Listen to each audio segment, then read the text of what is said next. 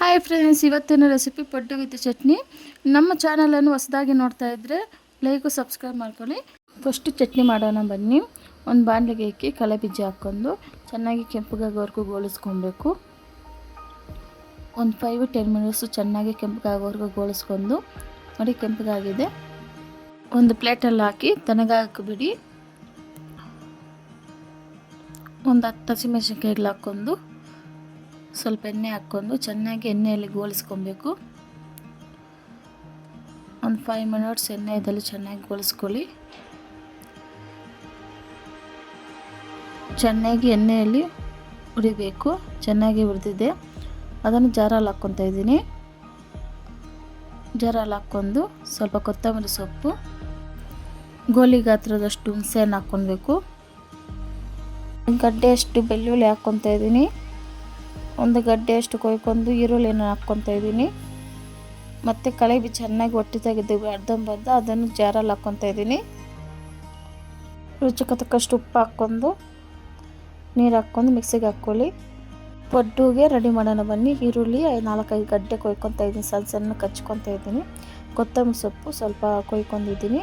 ಮಿಕ್ಸಿಗೆ ಹಾಕಿರೋ ಚಟ್ನಿಯನ್ನು ಒಂದು ಬಟ್ಲಲ್ಲಿ ಹಾಕ್ಕೊತಾ ಇದ್ದೀನಿ. ಅದಕ್ಕೆ ಒಗ್ಗರಣೆ ಹಾಕೋಣ ಬನ್ನಿ. ಸ್ವಲ್ಪ ಎಣ್ಣೆ,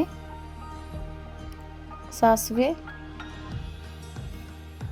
ಕರಿಬೇವಿನ ಸೊಪ್ಪು ಚಟಪಟ ಅಂದಮೇಲೆ ಚಟ್ನಿಗೆ ಹಾಕ್ಕೊಂಡು ಚೆನ್ನಾಗಿ ಬೆರೆಸಿ ಪಕ್ಕಕ್ಕೆ ಇಕ್ಕೊಳ್ಳಿ. ಇವಾಗ ಪಡ್ಡುಗೆ ಈರುಳ್ಳಿ ಹಚ್ಚಿಕ್ಕಿರೋ ಈರುಳ್ಳಿ, ಕೊತ್ತಂಬರಿ ಸೊಪ್ಪು,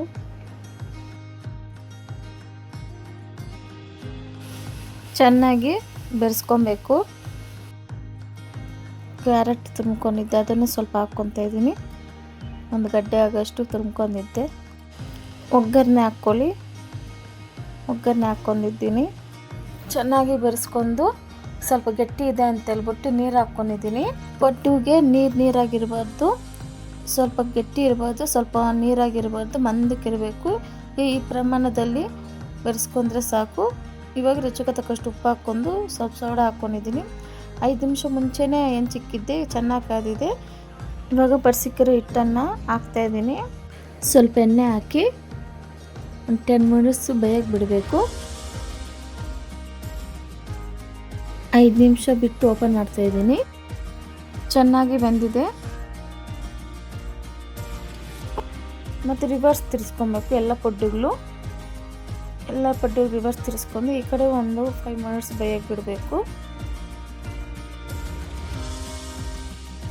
ಈ ಥರ ಒಳ್ಳೆ ರೆಸಿಪೀಸ್ ಬೇಕಾದರೆ ನನ್ನ ಚಾನಲ್ನ ಸಬ್ಸ್ಕ್ರೈಬ್ ಮಾಡ್ಕೊಳ್ಳಿ.